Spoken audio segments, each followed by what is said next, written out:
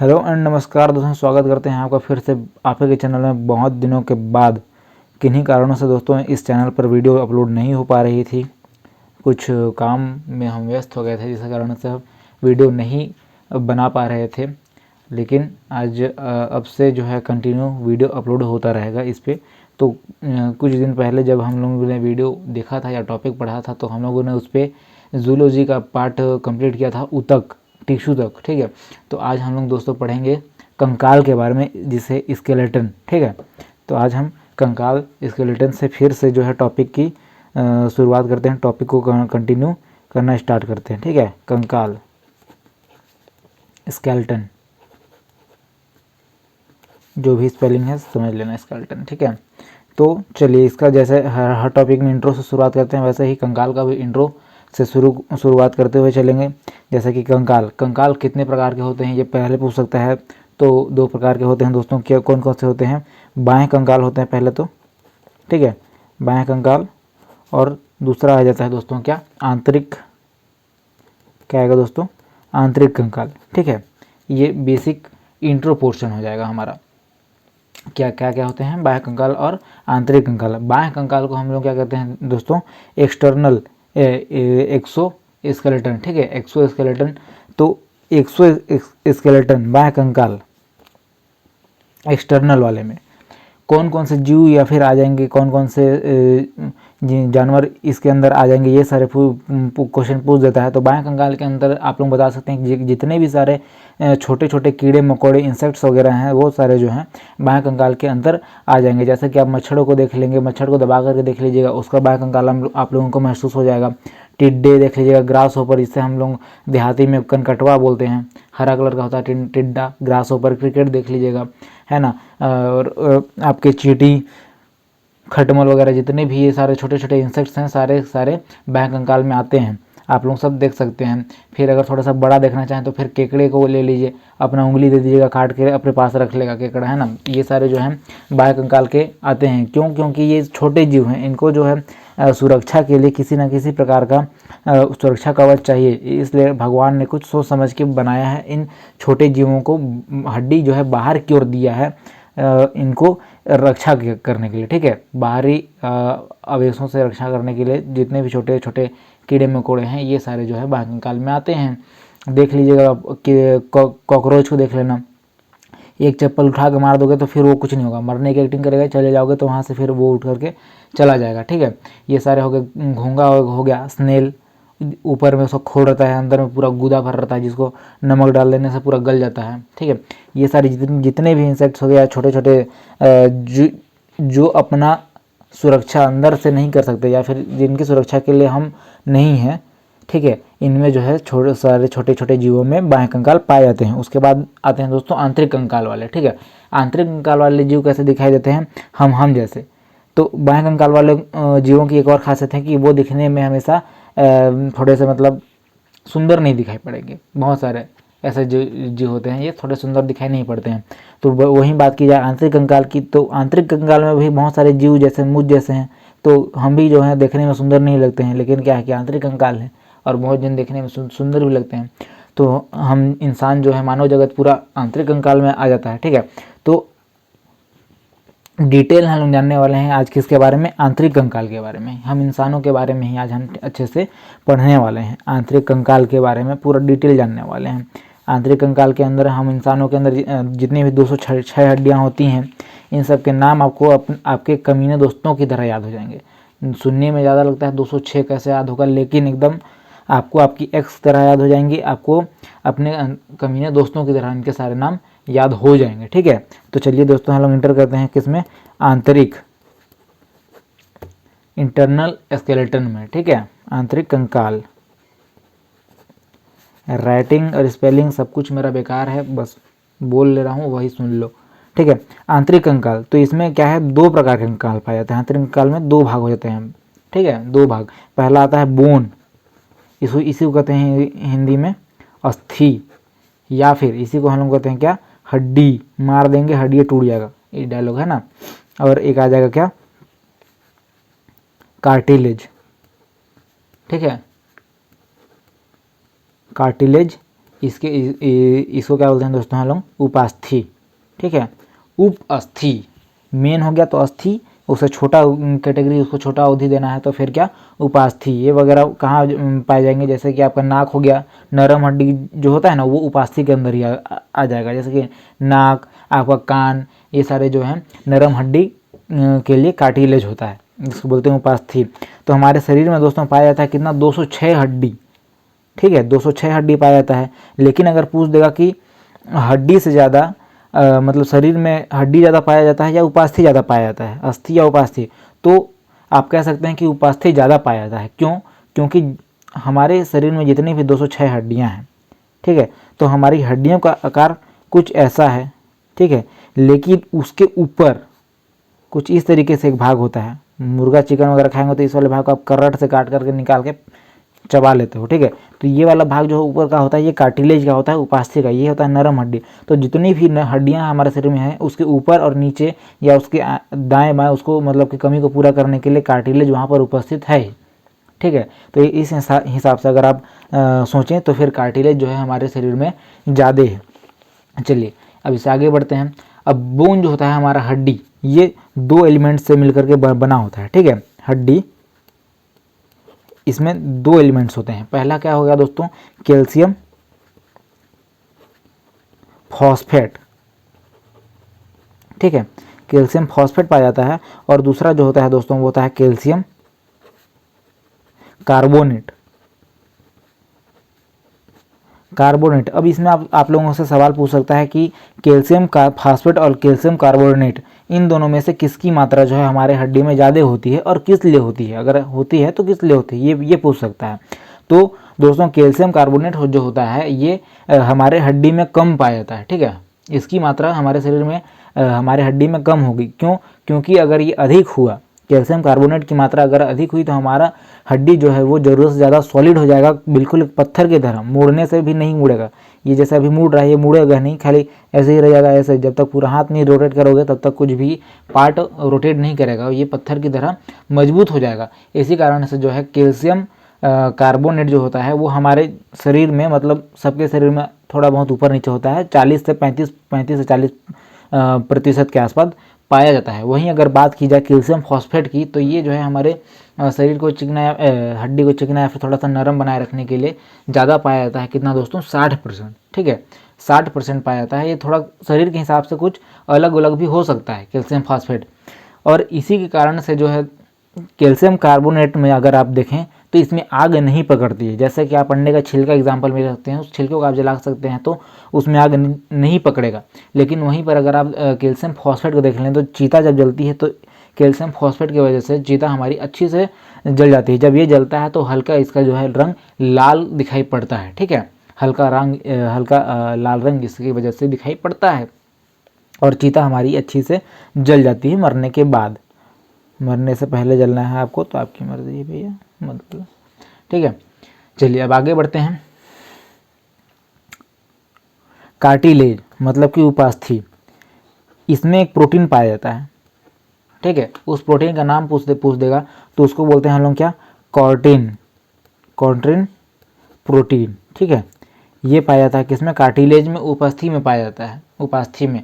और वहीं अगर हड्डी की बात की जाए इसमें क्या पाया जाता है, तो इसमें पाया जाता है दोस्तों ऑक्सिन, और ऑक्सिन नामक प्रोटीन इसमें पाया जाता है। किसमें, हड्डी में। ठीक है, मैं बस वही बता रहा हूँ जो एग्ज़ाम में पूछे जा सकते हैं। ठीक है, मतलब कंपटीशन एग्ज़ाम में। तो शरीर में जो है कार्टिलेज की मात्रा अधिक होती है। क्यों? क्योंकि ये हर हड्डी के साथ में होगा। ठीक है, इतना क्लियर हो गया है आप लोगों को। अब दोस्तों अगर बात की जाए हड्डियों की संख्या की, ठीक है, हमारे शरीर में हड्डियों की संख्या कितनी पाई जाती है, तो ये सबको पता है 206। लेकिन जब हम जन्म लेते हैं 6-8 महीना तक या फिर साल भर या फिर उससे भी ज़्यादा समय तक, तो उस समय जो होती है ना, हमारे जन्म के समय जो है हड्डियों की संख्या टुकड़ों में होती है तो ज़्यादा होती है, 300 के लगभग। छोटे बच्चे जब जन्म लेते हैं या फिर 5-6 महीने के भी हो जाते हैं तो उनको देखिए मालिश करते समय उनके हाथ पैर को किधर भी मूवमेंट कराया जा सकता है। क्यों? क्योंकि उस समय हड्डियाँ जो है टुकड़ों में होती है, पूरी तरह से जुड़ी नहीं होती है।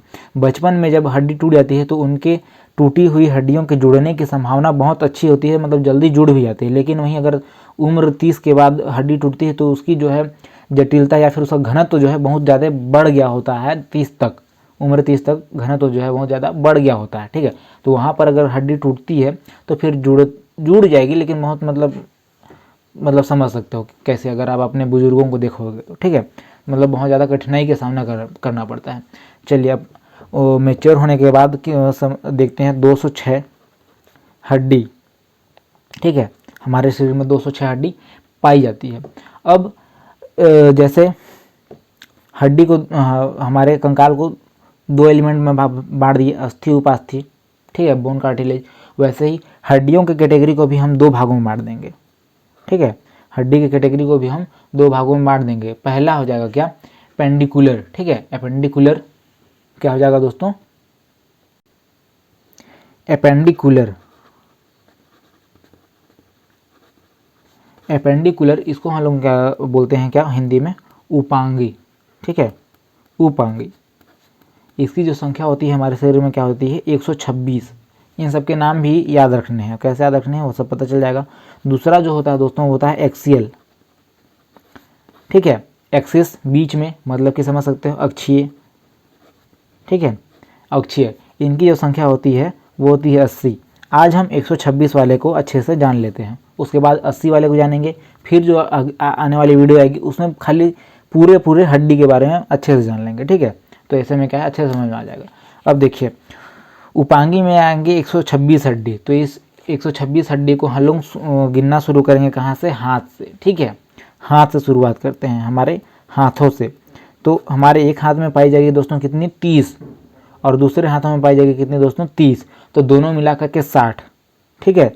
तो 126 में से 60 हड्डी हम लोग यहाँ पर ही ख़त्म कर देने वाले हैं। तो हाथ में अगर पहला बात किया जाए तो पहला आता है क्या दोस्तों, ह्यूमरस, ठीक है। ये पहला, इसमें जो होगी मतलब इसमें जो हड्डी के पोर्शन होंगे, मतलब जितने पार्ट होंगे वो 5 भाग होंगे, 6 भाग होंगे, सॉरी, ठीक है, 6 भाग होंगे। पहला आएगा ह्यूमरस, गिनते जाना है। ह्यूमरस की जो संख्या होती है दोस्तों वो होती है 1, ठीक है। उसके बाद आएगा दोस्तों क्या, रेडियस। इसमें भी जो हड्डियों की संख्या होती है क्या दोस्तों, 1। उसके बाद आएगा दोस्तों क्या, अल्ना। सबकी इमेज आपको दिखेंगे, अल्ना, उसकी भी संख्या होती है 1। उसके बाद आएगा दोस्तों कार्पल, ठीक है। कार्पल किसको क्या कहते हैं, सबका इमेज आप लोगों को दिख रहा है। कार्पल की संख्या होती है दोस्तों कितना, 8 कार्पल। उसके बाद आगे बढ़ेंगे तो कार्पल के बाद, मतलब कि कार्पल के आगे, तो उसको आप साइंटिफिक आगे नहीं लिख सकते हैं, तो उसको आगे वाले पोर्शन को आप लोग लिखेंगे क्या, मेटा, ठीक है, मेटा। फिर उसको कार्पल वाले भाग को ही आगे लिखेंगे क्या, मेटा कार्पल। कार्पल के बाद मेटा कार्पल, ठीक है। उसके बाद आ जाएगा ये पूरा भाग, उंगली वाला भाग, ठीक है, ये उंगली वाला भाग। तो इसको, उंगली को हम लोग क्या बोलते हैं दोस्तों, फिंगर, ठीक है, क्या बोलते हैं, फिंगर। इसको हम लोग साइंटिफिक नेम में इसको क्या मतलब कहेंगे, इसमें हम लोग कहेंगे इसको फ्लेंजिज, ठीक है, फ्लेंजिज जैसी भी है, मेरी इंग्लिश तगड़ी नहीं। तो मेटाकार्पल की संख्या कितना हो जाएगी दोस्तों, 5, और फ्लेंजिज की संख्या कितनी हो जाएगी दोस्तों, 14।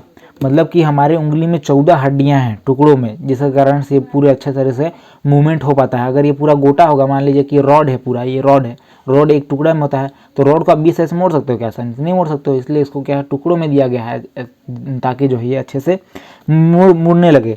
अब यहाँ पर गिनो, 1 2 3 8 3 11, ठीक है, और 11 और 5 कितना हो जाएगा दोस्तों, 16, 16 4 20 और 10 30, ठीक है।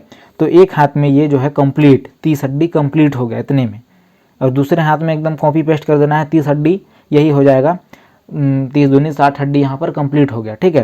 तो ह्यूमरस ऊपर शुरू होगा, शोल्डर के पास से ह्यूमरस, फिर रेडियस, ठीक है, फिर यहाँ पर अल्ना, फिर यहाँ पर आएगा दोस्तों कार्पल, फिर थोड़ा सा आगे यहाँ पर बढ़िएगा तो मेटा कार्पल, उसके बाद उंगली आ जाएगा क्या दोस्तों, फ्लेंजिज। कंप्लीट यहाँ पर 30 हड्डी यहाँ पर कंप्लीट, डरने वाली एकदम बात नहीं है। सबसे ज़्यादा हड्डी अगर हमारे हाथ वाले भाग में कहाँ पाई जाती है, तो वो हमारे फ्लेंजिज उंगलियों में पाई जाती है, ठीक है, 14 टुकड़ों में यहाँ पर हड्डी है। और फिर यहाँ पर मेटाकार्पल में यहीं पर थोड़ा सा जो है ये पूरा मूवमेंट कर पाता है, जिसकी वजह से तो मेटाकार्पल यहाँ पर हड्डियों की संख्या कितनी हो जाएगी दोस्तों, 5। फिर यहाँ पर आएगा यहीं पर कार्पल एक ही जगह पर है ना, कंफ्यूज नहीं होना, इमेज देख लेना है। तो वहाँ पर आएगा कार्पल, मेटाकार्पल, कार्पल की संख्या वहाँ पर आ जाएगी 8, ठीक है। इस तरीके से जो है हमारी हड्डी में, हाथ की हड्डी में उंगलियों की हड्डियों की संख्या कंप्लीट। ठीक। रेडियस अल्ना जो होते हैं वो मतलब अंगूठा साइड वाला जो हड्डी होगा वो, उसको हम लोग क्या कहते हैं, वो रेडियस कहलाता है। ठीक है। इधर वाली हड्डी को, ये इधर वाली हड्डी जो होती है वो रेडियस के अंतर्गत आता है। अब इसी तरीके से सेम एकदम कॉपी पेस्ट मारना है। कहाँ पर? हाथ के बाद हम जाएंगे सीधे नीचे पैर में।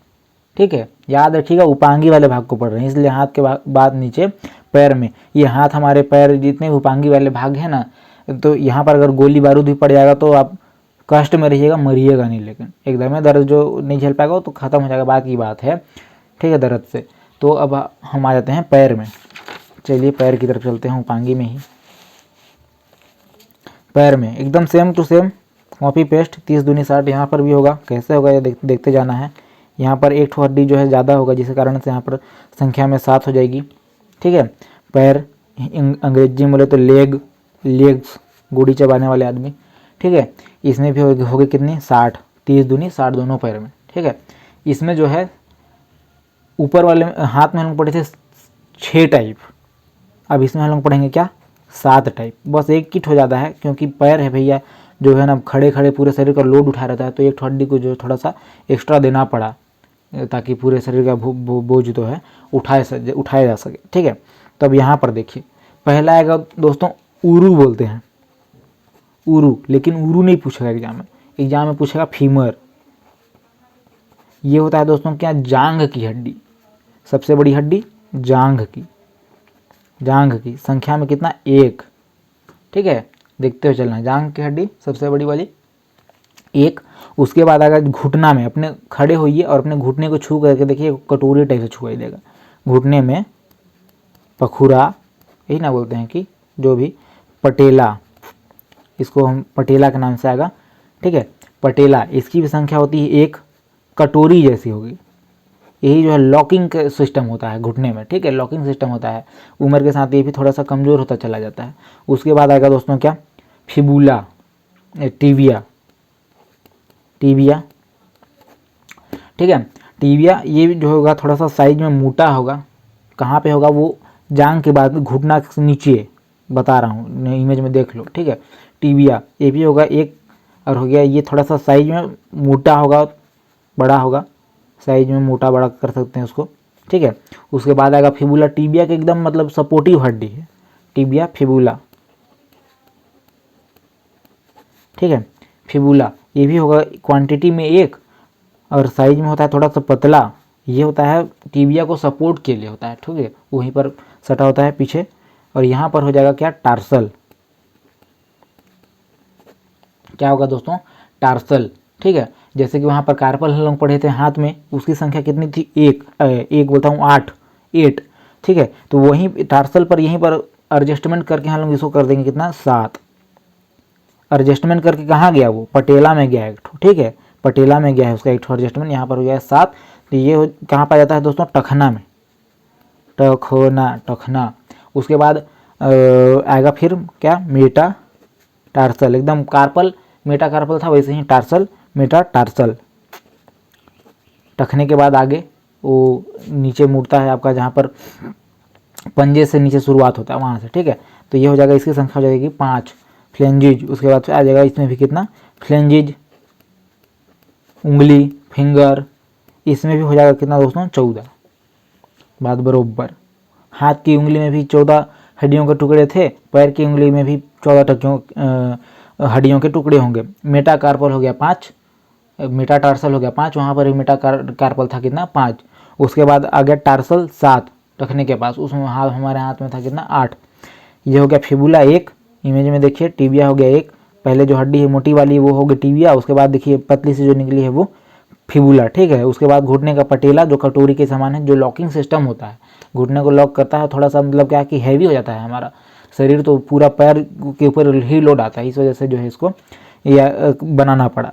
तो एकदम याद कर लीजिए कितना सटाक से, सातों के नाम: फीमर, पटेला, टीबिया, फिबुला, टार्सल, मेटाटार्सल और फ्लेंजेज। खत्म बात।